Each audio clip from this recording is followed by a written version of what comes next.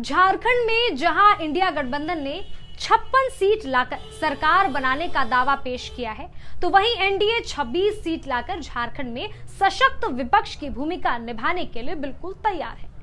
हालांकि इन दोनों से इतर झारखंड में केवल एक सीट लाने वाली पार्टी और उसके सर्वे सर्वा न केवल झारखंड बल्कि अन्य राज्यों के राजनीति में भी चर्चा के विषय में बने हुए हैं।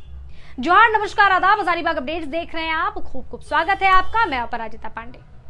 आज बात होगी जयराम महतो की। इन दिनों जिनकी चर्चा काफी तेज है।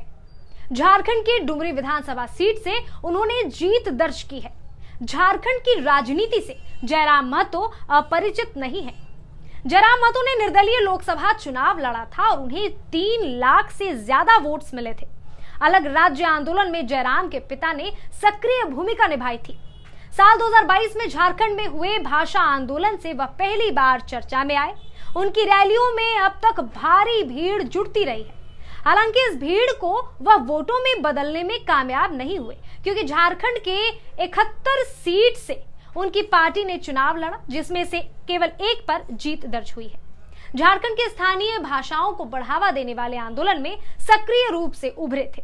विधानसभा चुनाव से 2 महीने पहले ही चुनाव आयोग ने उनकी पार्टी जेएलकेएम को पंजीकृत किया है। पूर्व में उनकी पार्टी का नाम जेबीकेएसएस हुआ करता था।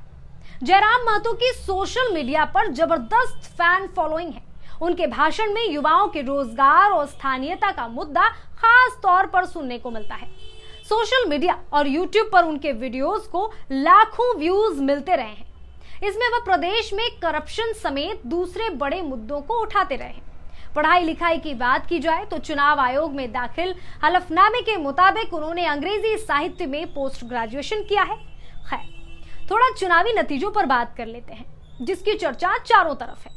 टाइगर जयराम कुमार महतो डुमरी और बेरमो दोनों विधानसभा सीटों से चुनाव लड़े। डुमरी सीट से वो जीत गए हैं। यहाँ उन्हें 94,496 वोट मिले हैं। उन्होंने अपने निकटतम प्रतिद्वंदी जेएमएम की बेबी देवी को 10,945 वोटों से हराया है। लेकिन बेरमो से जयराम महतो को हार का सामना करना पड़ा।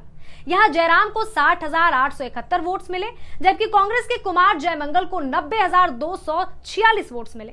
अब थोड़ा जयराम के निजी जीवन के तरफ रुख करते हैं। जयराम का जन्म धनबाद जिले के मानटाड़ गांव में हुआ था। परिवार में कुल 4 लोग हैं। जयराम, उनकी मां, दादी और एक छोटा भाई है। उनके पिता एक आंदोलनकारी थे। झारखंड राज्य आंदोलन के दौरान वे नहीं रहे। जयराम की शुरुआती पढ़ाई लिखाई गांव से ही हुई है।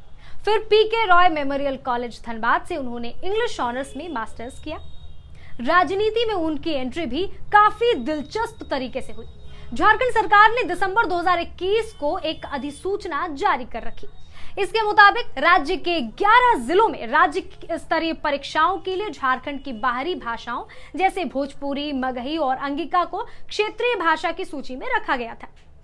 इसी अधिसूचना के बाद से झारखंड में भाषा आंदोलन की शुरुआत हो गई। इस अधिसूचना से नाराज स्थानीय युवाओं ने बोकारो, गिरिडीह और धनबाद जिलों में कई स्थानों पर विरोध प्रदर्शन किया, अलग अलग तरीके से। और इन्हीं प्रदर्शन के दौरान साल 2022 में जयराम महतो का नाम उभर कर सामने आया, क्योंकि वे कई जगहों पर युवाओं का नेतृत्व कर रहे थे। और इसके बाद से जयराम लगातार भाषा, स्थानीयता और रोजगार के मुद्दे पर मुखर रहे हैं।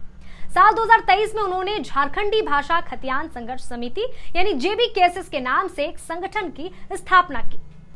वहीं साल 2024 अगस्त में उनका राजनीतिक दल झारखंड लोकतांत्रिक क्रांतिकारी मोर्चा यानी जेएलकेएम रजिस्टर हो गया और अब एक आंदोलनकर्ता, एक विधायक बन गए हैं।